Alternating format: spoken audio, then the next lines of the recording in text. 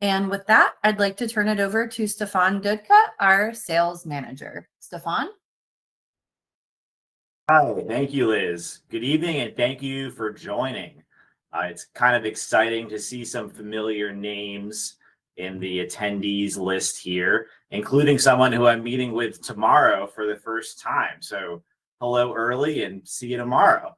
So I'm excited to be here to chat about this topic. There's always a lot of changes in the solar industry. The big one recently is that federal tax credit and the changes on the residential side, changes on the commercial side. So we'll talk some details about that today and how it applies to Maine. So let's get rolling here. There we go. I'll do a little intro on Maine Solar, who we are, what we do, and then critically, what is the solar policy in Maine? How does it work? What to expect from it? We'll look at some average solar system quotes, tips and tricks for how to choose a solar installer, key details to think about, and then a Q&A session at the end of the presentation. So here we go. Maine Solar, we were founded in 2012. We're about 45 employees. Everyone's a full-time employee of the company. We run our projects start to finish. We don't subcontract out any portion of a solar install. We have over 3,000 installs in the state, and we do quite a wide range of work, including new construction projects, a wooded lot where a house doesn't even exist, all the way to, commercial projects on top of a warehouse roof, everything in between, residential installs, grid tied projects. So it's fun, it keeps things interesting, keeps the work varied, at all levels of the company, whether we're designing a system or out there in the field cleaning it up or, servicing something after the fact. There's all kinds of different work that we do, which is fun. So switching to solar, there's a lot of benefits to thinking about this. Financially, I think the biggest argument is making a one-time investment, purchasing the system, and then reaping the rewards in the years to come. So that system is going to generate electricity year after year after year and slowly make it worth it. Or maybe not so slowly, depending on what happens to the electric rates, right? Over time, this is, I'm jumping ahead a little bit to net metering, but solar saves you money based on the current rate of electricity. And then obviously once the system paid for itself, great, that's free electricity or electricity that you've already paid for. On top of the financial side of this, there's also reducing your carbon footprint. Generating electricity from solar is obviously a lot less energy intensive compared to conventional fuel sources. Assuming that solar panel runs for decades, it's way better. And then if we look at batteries, that's a way to provide backup power when the grid isn't there. So moving on here, take a look at how solar works in Maine and thinking about really the financial and billing side of that with Maine's net metering policy. So you might have heard about earning credits with a solar system and using those to offset your bill. That's what I'm talking about here with net metering. So on a sunny summer day, not right now, I think 7 p.m. across the state, we're not getting any solar production this time of day, but on middle of a sunny summer day, the solar is super effective. And if we install the system to offset all of your electric use throughout the year, on that one sunny day, that system's making way more power than your house needs in that moment. So some of that electricity will be used instantly by anything that's turned on in the house, and it's the excess production that's going out to the grid through your meter, and you get 100% credit for all the power that leaves your property. And those credits are for kilowatt hours. So you're building up this bank of kilowatt hours during the day. At night, you're pulling in electricity from the grid and spending those banked credits from the daytime. And that's the savings right there on a daily cycle. If we zoom out and think about the whole year, you're building up that bank throughout the spring and the summer, and then spending those credits in the winter, for example. In January, solar is not very effective. You're really not going to make a lot of power, but you're sitting on those bank credits, and that's what's going to carry you through. So the credits offset the cost of electricity when you spend them, which is critical. It's a kilowatt hour credit. It offsets whatever the cost of power is at that time. So it's offsetting both the supply and delivery portions of the bill. So if electricity gets more expensive, okay, great. The solar power is worth more, right? And it's actually saving you more money and paying for itself faster. There is a catch. The catch is that the credits you make in any month are valid for the next 12 months. So if we make a lot of credits in June, they're good until next June, July to July, August to August. So the key impact there is that it really only makes sense to install enough panels to offset your use and no more. There's no sense in installing more equipment than you need. We want to make just the right amount of power and kind of balance and can meet your usage 100%. So that's the idea with net metering. Common questions we get, how do the credits help save me money? It offsets that cost of the kilowatt hour directly. The only part of your bill that we can't offset is the fixed connection fee. So if you have a CMP bill, it's on the second page of the bill. I can't remember where it is on Versant's bill, but that's the idea. It's on CMP's territory. It's about $29 is the fixed fee. Something similar with Versant. We don't do as much work with them, but it's right in that ballpark. The credits, right, with net metering, I think one way to think about this is we're always, if we're offsetting your usage 100%, we're always overproducing in the summertime. The system's too big in the summer, and really it's too small in the winter, but that's okay, right? We're kind of using the net metering system to balance out that difference.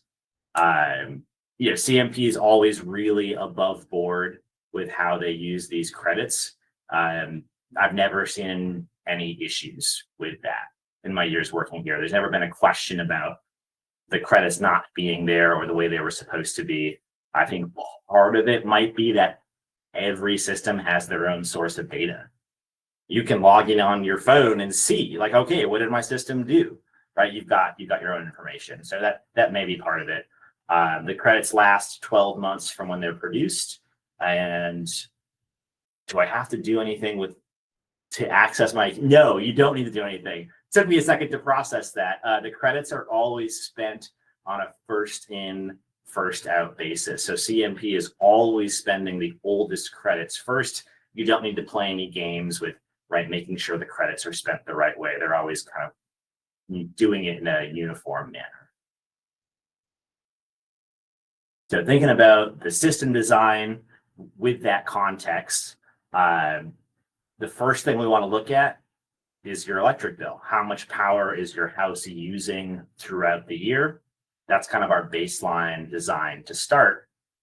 And then we might want to think about how that could change. Maybe you're thinking about adding heat pumps, getting an electric vehicle, putting a hot tub on the backyard or something. All of those things will change the electric use in your house. So we want to kind of factor that in if those changes are happening in the near term. We should address them. We'll look at the space on your roof. Where do the panels fit? How do they fit? Maybe it helps determine which panel type makes more sense. We'll also look at how steep your roof is, what direction is the roof facing, and then critically, shade readings. I think this is something that we do really well. Our process now is to have a drone survey done at every site before we have a conversation about a quote and a system design. Because we want to know how tall is that pine tree in the backyard and what percentage of the potential sunlight does it block across your roof. And that number will vary from one end of the roof to the other. So getting that drone survey done lets us really, really accurately predict exactly what the impact of that shading is. And it's Maine. There's a lot of trees. They're all over the place. Sometimes we're lucky. We're in the middle of a farm field and we're talking about a ground mounted array. Awesome. We can control those variables, where we put it, how steep is it, which way is it facing, and really maximize what's coming from it. But oftentimes it's more cost effective to look at a roof mount, because we don't have to build that structure underneath it and trench all the way back to the house. And obviously the location of your house will matter. A house in Maine versus a house in Costa Rica, they have different sunlight hours. So that's definitely factored into our equation as well. As we're thinking about, all right, where are these panels going to go? What does this system look like? So common questions we get: what is the best angle for solar panels? Between 32 and 37 degrees is the ideal range for solar panels. There's very minimal difference in Maine between, in that range. For people who are used to thinking about that as a roof pitch, I think it's between a 7 and 9/12 roof pitch is that range. Your house definitely does not need to face directly south for solar to be worth it. I just gave you, at 32 to 37 degree range. That changes as you get further from south. So if we have a ridge of a roof that's perfectly north-south, so the roofs are pointing east and west respectively, we actually want as shallow a pitch as possible, because that means, let's take that east-facing roof, for example. A shallow pitch east-facing roof, it's going to get good sun in the morning and then hang on to the sun later in the afternoon, compared to a really, really steep roof, like a 12/12 pitch roof, where that steep roof is going to lose the sun earlier in the day as it moves through the sky. So, I guess I should have caveated my first answer to that first question there, but that's the idea. It kind of shifts depending on which direction the roof is facing. Best roof to install on. Standing seam metal roofing is a really clean solar install. We can clamp right onto those vertical ridges that are sticking out of the roof, and there's no holes, no penetrations through the roof. So really clean install. The vast majority of our work is on asphalt shingle roofs. We have a great system for installing over those. I don't necessarily need to detail that now, but it uses metal flashing. It is really, really well sealed. We've been using that style system for over a decade. We've never had a leak on a shingle roof install, knock on wood, but really good track record there. Another common question we get is around shading from trees. The answer to this really is it depends. If you have one huge tree that is right next to your house, it may be worth taking that down for solar production and maybe peace of mind falling asleep at night.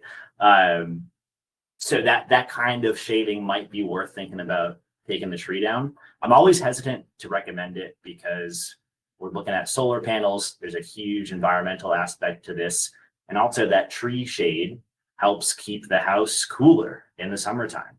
So you're not running ACs or mini splits quite as much. So that can help. So, everything has an impact, every decision you make on it. But that solitary tree that's, really shading the roof, that can be worth removing for solar production. There are scenarios where it doesn't make sense. Like if there is a really dense, mature tree line behind your house, and that's kind of the south-facing roof space that we've got to work with, it may not make sense to try to take down trees, because if you take out the first row, you've got the second row of trees right behind it, and they're just as tall, shading a very similar profile. So really all you're gaining is a little bit of skyline because of all the other trees that are there. So unless you really want to do a lot of tree work, it may not be worth it. And then you certainly don't need to install solar on a roof. It can go on a carport. We can build ground mounted structures to hold it. Can go on a shed, on a detached garage. They can go a lot of places. We do only install them on permanent structures, we want to know that it's, well built and well secured to the ground, because everything we install is fixed. Everything's hardwired. There's no moving parts in the system. So we want to know that that structure is really going to be there for the long run. So now we come to the meat and potatoes here, the financial side, the return on investment, or ROI. I mentioned this earlier. Really, the payback for solar in Maine is driven by the cost of electricity, which really is only moving one direction. It's only getting more expensive. If we look at a 60-year national average for electric costs, the rate of increase is around 3% annually. If we look at the last 10 years in Maine, I think that stat is closer to 10%. It's, part of that's the huge spike we saw during COVID and some worldwide turmoil. But the bottom line here is, as electricity gets more expensive, the electricity produced by your solar array is worth more and more. And another big factor is how much sunlight are the panels getting? From our perspective, it costs us the same to put 10 solar panels on any shingle roof in Freeport. But what you get in return varies widely based on all those factors we looked at before in the design section. Where are the panels facing? How steep is the roof, right? All those factors that dictate how much power can the panels produce. We always look at multiple panel types. We've got a bunch in the warehouse. There are a few that are the most cost effective because we've made bulk purchases of them. So we've got really sharp pricing on them. So often those are the panels we focus on when we're presenting a project. And then, whether you're paying for it out of pocket or financing, interest rates are not 2% anymore. So that does impact the payback as well. So if we think about the average home, and average here meaning, family of 4 in a household without heat pumps for heating, and a conventional fuel source like propane, oil, something like that. So that's not drawing a lot of electricity for heating. That is around 7,000 to 8,000 kilowatt hours per year. I took 650 kilowatt hours a month, which translates to about $185 in at today's electric rates. So to offset that on a decent solar roof, not the perfect solar roof, but something that has reasonable sun access, something that's relatively close to south, would be about 14 panels. Our install cost $23,601, and we would project that payback at 10 years. So to think about the payback in year 1, we'd look at what's today's electric rate. With CMP, that's 24 cents per kilowatt hour, multiplied by the production, which is around, I think I used 7,800 kilowatt hours. That was my target for this design here. So you multiply those two together, you get an annual savings. And then we need to make an assumption. What's going to happen to the cost of electricity? CMP's forecasted this somewhat, or they've shared what they'd like to have happen. You might have seen email from them maybe a month ago, maybe it was 5 or 6 weeks now, but they're pursuing a pretty aggressive rate hike over 5 years, slated to start in 2027. And that, if we compare that to today's electric rate, it's about a 30% increase over that time frame. So if we think about that, and if we think about that national average I gave previously, that 3% increase in the cost of electricity over time, if we use those two together and run those assumptions out into the future, that's how we're getting to this 10-year. So just to be really clear, that's how we think about payback for solar right now. It's certainly not wearing the rose-colored glasses. It's possible electricity gets expensive more quickly than what we're projecting. So I think we've struck a decent balance there. While the rate increases that CMP is pursuing have not been approved by the Public Utilities Commission, my opinion is that they're very likely to get passed, and that would happen towards the end of 2026 is when that plan would be approved finally. So that's kind of the timeline for that, and something to watch for. The reason I think it's likely to be approved is because CMP's shown the math. They've shown what they want to do. They have a formalized plan, right? It's to improve the infrastructure of the grid, update lines, improve transformers, trim trees, hire more line workers. It's a good idea. It's totally worth it. I think we should have started. I think they should have started 20 or 30 years ago more seriously with this kind of thought process. And it's work that has to be done, and that's time to pay for it. So that's where we're headed, in my opinion, moving forward. And then maybe I'll put a pin in that for now. I feel like I've been talking about this point for a while. There are some more details we can circle back to here, but I want to make sure we get through these meat and potatoes, and then I want to hear your questions. So make sure you're typing those in there and sending them out. We'll absolutely have some time here at the end for those. So when somebody asks me, somebody I'm talking to, friends and family, hey, how do you think about who to work with for a solar installer? Of course, I'm going to say Maine Solar first, but I have family all over the country. So talking to them, look for a company that has their own electrician, somebody that's not subcontracting out the work. Electrical work for solar is a little more specialized. It's not like wiring a house. It's DC electricity. A lot of electricians have a lot of experience with AC electricity code. DC is kind of a different beast. There's details to know there. So knowing that the folks who are installing the project know about the codes and how to do things properly, super important. I mentioned earlier how we approach site assessments. We're using a drone now, but you want somebody who's been on the roof and gotten real data from it, right? Whether that's manual shade readings with that. I'm not going to explain that, but just like, getting real sharp readings of what does the skyline look like? What is that impact for your roof, not just a roof in general? We want to think about what is the warranty of the company? How long have they been in business? What is their reputation? That can help dictate, are they going to be around in the future? Solar equipment is super stable, very, very reliable over time. But if something comes up, you want to know that company is going to be there to do work on it, and that they stand behind what they've done. So I think that's super important.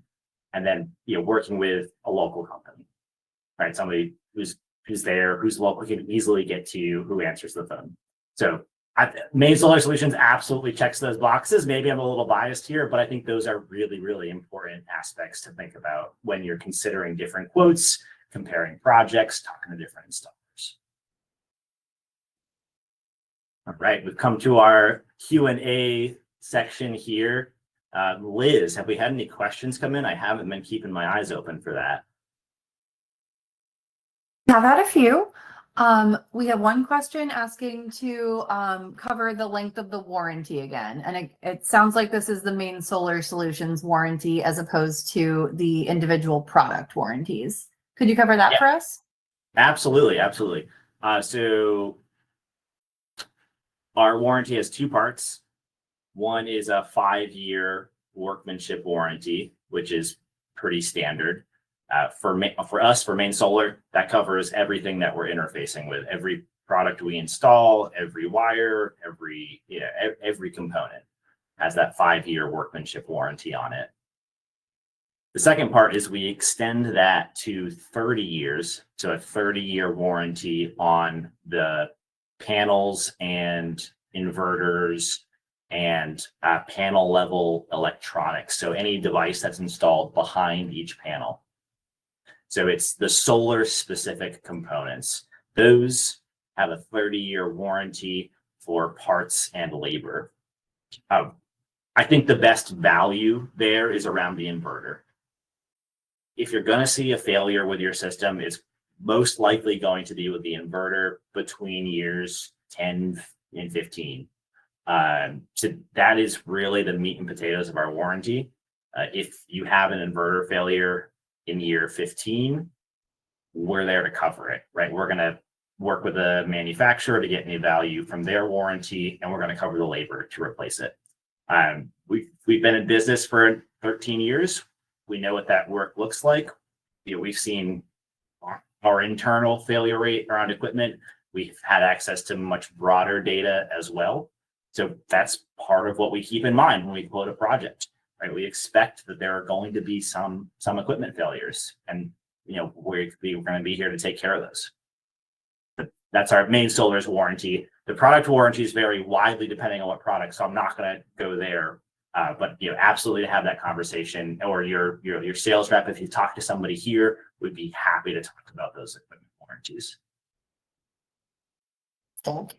We got one question about whether you can add a second location onto your credits through CMP, and this person is specifically asking, it sounds like whether they could have an array on their primary residence and then funnel credits to a camp.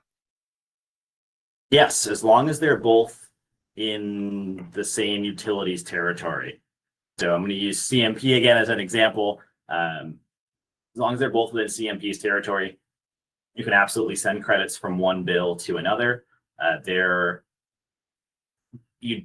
me start here. They don't both need to be in your name. They can be in totally different names.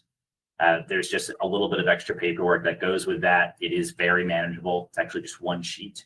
So you can send credits, and the structure for that, there are two methods to send these credits. One is a percentage-based allocation. So you can send 10% of the credits every month from your primary account to the secondary account. It's like a really clean way to do it. If both of the bills are in your name and you're paying both of those bills every month, you might opt for cascading. This is the other method. So you have this whole pool of solar credits produced that month. They first apply to bill A. The remainder spills over to bill B. The remainder after that is your remaining pool, and that carries forward to the next month. Usually that's like a simpler way to do it, especially if you're paying both bills. So in this case, if it's a camp, probably under the same person's name. So I think cascading would probably be the easier way to do that. And in that case, the only thing you'd pay for both bills is that fixed connection fee that I mentioned earlier, in $29 a month. So it'd be, at home and at the camp. That would be the minimum bill there, assuming the solar system is sized to offset both of those bills. Fantastic. We got two questions that are kind of similar, both asking about sort of the difference between community solar and the ownership model, kind of asking about what the difference is there, and then also asking if someone currently has community solar, would they need to cancel that in order to own panels on their own roof? So the underlying system is exactly the same. I talked about net metering at the start of the call.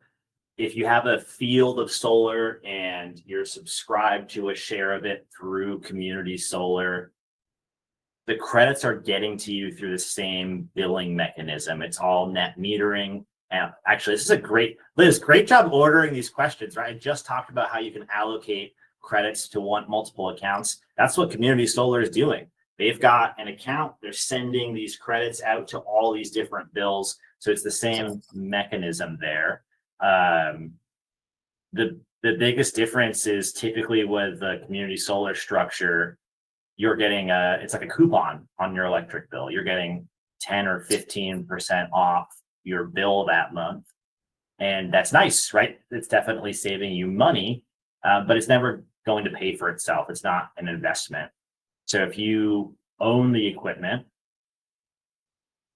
you're going to get ahead over time because you've made that big upfront investment. You've cleared that investment hurdle, and then it's slowly chipping away at that investment over time by saving you money every year and then eventually it'll pay for itself, and then you're in the green, right? Then you're really, really saving money on it. So it's kind of two different benefits and two very different structures, right? You don't need to pay anything to get started with community solar, whereas if you own the panels, yeah, there's going to be an upfront cost one way or another.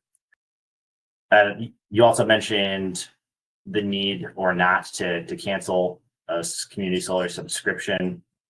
If the solar on your roof is going to fully offset your electric bill, you may as well cancel a community solar. There's no need for it. I know it's possible to have both. Maybe the solar is only covering 50% of your bill because there's really only one good roof for the panels to go on. We might as well focus on that. So you could get, half of the credits for your bill covered by your system, and then reduce your community solar share, if you will, to 50% of your bill, and use those credits to cover the rest of it. So I kind of answered that, but the answer is really, it depends. It's possible to do both. It may make sense to totally cancel. Usually they have cancellation clauses that have a 3-month tail. So you might want to submit that a little earlier, ahead of your solar being installed, to kind of do a clean swap there. But it's different with every community solar farm. Thank you. We do have a lot of questions coming in, so I think some of these we may need to follow up after the fact, but I did want to get to a few more of them. One of the questions, yes, one of the questions is, are there incentives from the state of Maine? And if yes, when do they expire? There's no state incentives to help with the upfront purchase of the system. There is a state incentive, other than net metering, right? That is a state policy. So I think that is the number one benefit, net metering, that credit system that we've covered. The other incentive is around property taxes. So after we install a system, part of the post-install process for Maine Solar is to send a 1-page form and all of the answers to the questions on that form. So we send both, so our customers can fill that form out and give it to their town or city. And that form filing, the town goes and files that with the state. The state has committed to paying for any increase in property taxes due to the installation of solar. So if the town comes along and sees, oh, you've made an investment in your property, there's solar on your roof, that's a valuable asset, your property is worth more, therefore we're going to charge you more in property taxes, the state has committed to paying that ongoing. So that's definitely worth filing that paperwork after a solar install. Like I said, it does not help with the upfront investment, but it does help with some of that ongoing costs with the system. I should round that out. Ongoing costs, right? Property taxes are a potential there. Insurance, homeowners insurance. I don't think this is a huge deal because I rarely get feedback on it. But everybody I talk to, I recommend call your homeowners insurance. Say that you're thinking about investing in solar. How do you cover that? Hear what they have to say, just so you know what that looks like. And maintenance costs, we don't expect there to be any maintenance costs with our installs. There are occasionally failures. They're very rare. Everything's fixed. Everything's hardwired. There's really nothing to wear out over time. Very good. Kind of piggybacking on that a little bit. We do have a couple of questions about whether folks have to pay upfront in cash or whether there are options to finance. There are absolutely options for financing. We're partnered with a credit union called Credit Human.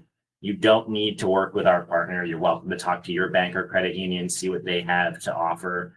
There's a lot of local Maine banks and credit unions that have green loans specifically and that have a slightly different structure. So I always recommend reaching out to multiple different financing sources and see what your best option may be. A few years ago, when interest rates were ridiculously low, I think everybody I was working with was financing their solar install with a home equity line of credit, a HELOC. And I think, the numbers look a little bit different on that now, but I think that might still be a really good option for some folks. So that's another avenue to explore as well. Fantastic. We also got a question. We haven't really covered batteries. Are batteries 100% necessary for a solar installation? And if so, what do they cost? The battery is not necessary for a solar installation. We install more projects that are solar only than solar and battery. Really, it comes back to that net metering policy. You don't need a battery there to charge and discharge every single day, because the grid is kind of acting like that battery. You can send that excess power out to the grid and get financial credit for it later. In other states, it's different. So if you're reading online and seeing YouTube videos and stuff, they might describe a different policy. So the batteries in Maine really serve one function, and that is to provide backup electricity when the grid is down. So if there's no grid there, the battery kicks in, it's fully charged. That's what it does. It sits on the wall fully charged until the power goes out. When the power goes out, that battery starts draining, supplying power to your house. And if it's a sunny day, the solar can run to recharge that battery and run your house at the same time. The batteries that we're installing, we have a pretty high bar for the equipment that we work with. It needs to interface with the grid. It needs to interface with high wattage solar panels like what we're installing. It needs to be user friendly. It needs to be reliable. It needs to have a strong warranty. So we have a lot of check boxes. So we have 3 offerings for grid tied batteries, and those include from SolarEdge, from Tesla, and from Franklin. So those are the 3 batteries we install right now. The cost ranges between 15 and 18,000 for the first battery. That's our contract price. I'm not thinking about any incentives. And then the second, third, fourth subsequent batteries are a lot less expensive because we have all the electrical infrastructure set up after that first one.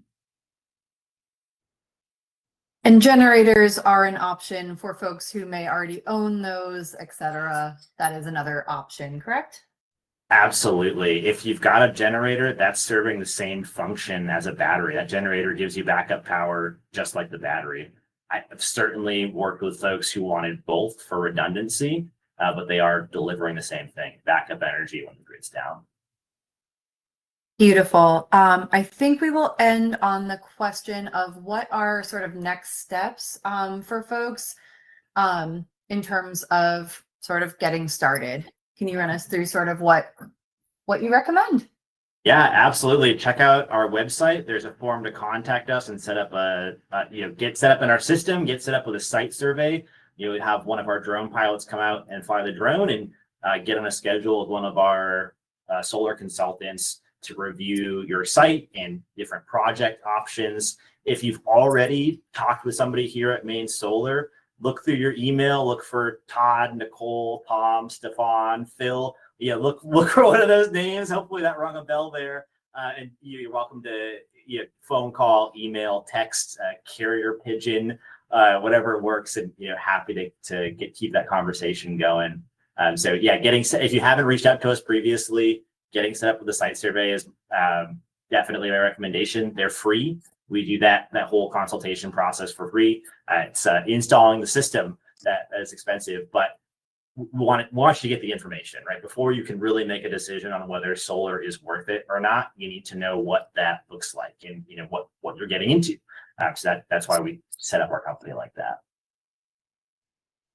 Great. Thank you so much, Stefan. And thank you everyone for joining us.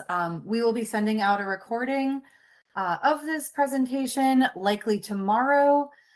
If you do have any follow-up questions, please feel free to reach out to info@mainesolarsolutions.com. Or if you're already working with someone, please feel free to reach directly out to them. And we look forward to hearing from you. Thank you so much and have a great night.